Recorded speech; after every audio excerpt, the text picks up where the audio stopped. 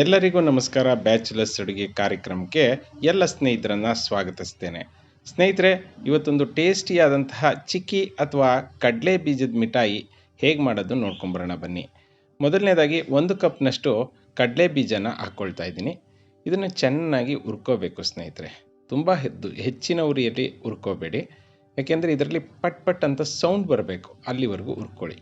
ಆನಂತರ ಇದನ್ನು ಒಂದು ಕಡೆಗೆ ಈ ರೀತಿಯಲ್ಲಿ ಹಾಕ್ಕೊಳ್ಳಿ. ಒಂದು ಬಟ್ಟೆ ಮೇಲೆ ಹಾಕ್ಕೊಂಡ್ರೆ ಉತ್ತಮ. ಇದನ್ನು ನಂತರ ತಣ್ಣಗಾದ ನಂತರ ಇದನ್ನೆಲ್ಲ ಪಪ್ ಮಾಡ್ಕೋಬೇಕು. ಅಂತ ಹೇಳಿದ್ರೆ ಇದೆಲ್ಲ ಬೀಜಗಳನ್ನಾಗಿ ಮಾಡ್ಕೋಬೇಕು, ಅಂದರೆ ಒಡಿಬೇಕು. ಬೀಜ ಅರ್ಧ ಪೀಸ್ ಆಗಬೇಕು. ಈ ರೀತಿಯಲ್ಲಿ ಒಂದು ಲಟ್ಟಣಿಗೆಯಲ್ಲಿ ಹೊತ್ತಿದ್ರೆ ಸಾಕು ಸ್ನೇಹಿತರೆ. ನೋಡಿ ಎಷ್ಟು ಚೆನ್ನಾಗಾಯಿತು ಅಂತ. ಈಗ ಇದರಲ್ಲಿರುವಂತಹ ಸಿಪ್ಪೆ ಅಂಶ ಎಷ್ಟಾಗುತ್ತೆ ಅಷ್ಟು ತೆಗೆದುಬಿಡಿ.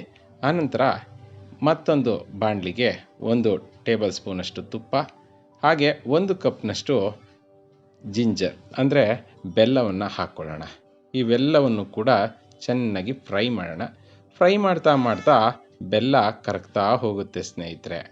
ಪ್ರಪಂಚದ ಯಾವುದೇ ಜನ ಇಷ್ಟಪಡುವಂಥ ಒಂದೇ ರೆಸಿಪಿ ಅಂತ ಹೇಳಿದ್ರೆ ಈ ಚಿಕ್ಕಿ ಅಥವಾ ಕಡಲೆಕಾಯಿ ಪಪ್ಪು ಅಂತಲೂ ಕೂಡ ಕರೀತಾರೆ. ಸಾಕಷ್ಟು ಹೆಸರುಗಳಿಂದ ಇದನ್ನು ಕರೀತಾರೆ ಸ್ನೇಹಿತರೆ.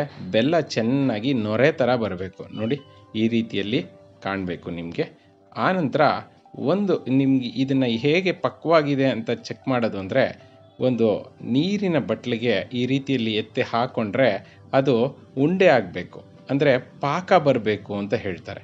ಈ ರೀತಿಯಲ್ಲಿ ಬಂದರೆ ರೆಡಿ ಇದೆ ಪಾಕ ಅಂತ ಸ್ನೇಹಿತರೆ.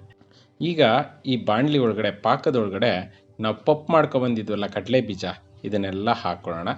ಕ್ಲೀನಾಗಿ ಮಿಕ್ಸ್ ಮಾಡ್ಕೊಳ್ಳೋಣ. ಹೇಗೆ ಮಿಕ್ಸ್ ಆಗಬೇಕು ಅಂದರೆ, ಈ ಒಂದು ಕಡಲೆ ಬೀಜದ ಪ್ರತಿಯೊಂದು ಭಾಗಕ್ಕೂ ಕೂಡ ಈ ಬೆಲ್ಲದ ಅಂಶ ಸೇರ್ಕೋಬೇಕು. ಆ ರೀತಿಯಲ್ಲಿ ಚೆನ್ನಾಗಿ ತಿರುಗಿಸ್ಕೊಳ್ಳಿ ಸ್ನೇಹಿತರೆ.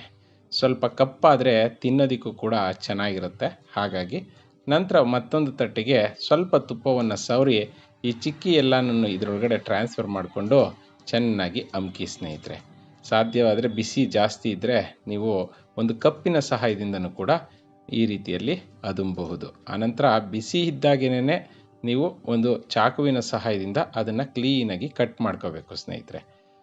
ಇಷ್ಟು ಪ್ರೊಸೀಜರ್ ಮಾಡಿದ್ರೆ ಸಾಕು, ಮನೆ ಎಲ್ಲರಿಗೂ ಕೂಡ ಇಷ್ಟ ಆಗುವಂತಹ ಚಿಕ್ಕಿ ರೆಡಿಯಾಗುತ್ತೆ. ನೋಡಿ ಎಷ್ಟು ಚೆನ್ನಾಗಿ ಪೀಸ್ಗಳು ಬರ್ತಾ ಇದ್ದಾವೆ, ಎಷ್ಟು ಕ್ರಿಸ್ಪಿಯಾಗಿದೆ ಅನ್ನೋದು ನಿಮಗೆ ಇಲ್ಲಿ ಗೊತ್ತಾಗ್ತಿದೆ ಸ್ನೇಹಿತರೆ. ಇವತ್ತು ನಾವು ಮಾಡಿದಂತಹ ಈ ಒಂದು ಸಣ್ಣ ಪ್ರಯತ್ನ ನಿಮಗೆಲ್ಲ ಇಷ್ಟ ಆಗಿದೆ ಅಂದ್ಕೊಳ್ತೀನಿ. ಇಷ್ಟ ಆಗಿದ್ದರೆ ಲೈಕ್ ಮಾಡಿ, ನಮ್ಮ ಚಾನಲ್ನ ಸಬ್ಸ್ಕ್ರೈಬ್ ಆಗೋದನ್ನು ಮರಿಬೇಡಿ ಸ್ನೇಹಿತರೆ. ಜೈ ಹಿಂದ್, ಜೈ ಕರ್ನಾಟಕ ಮಾತೆ.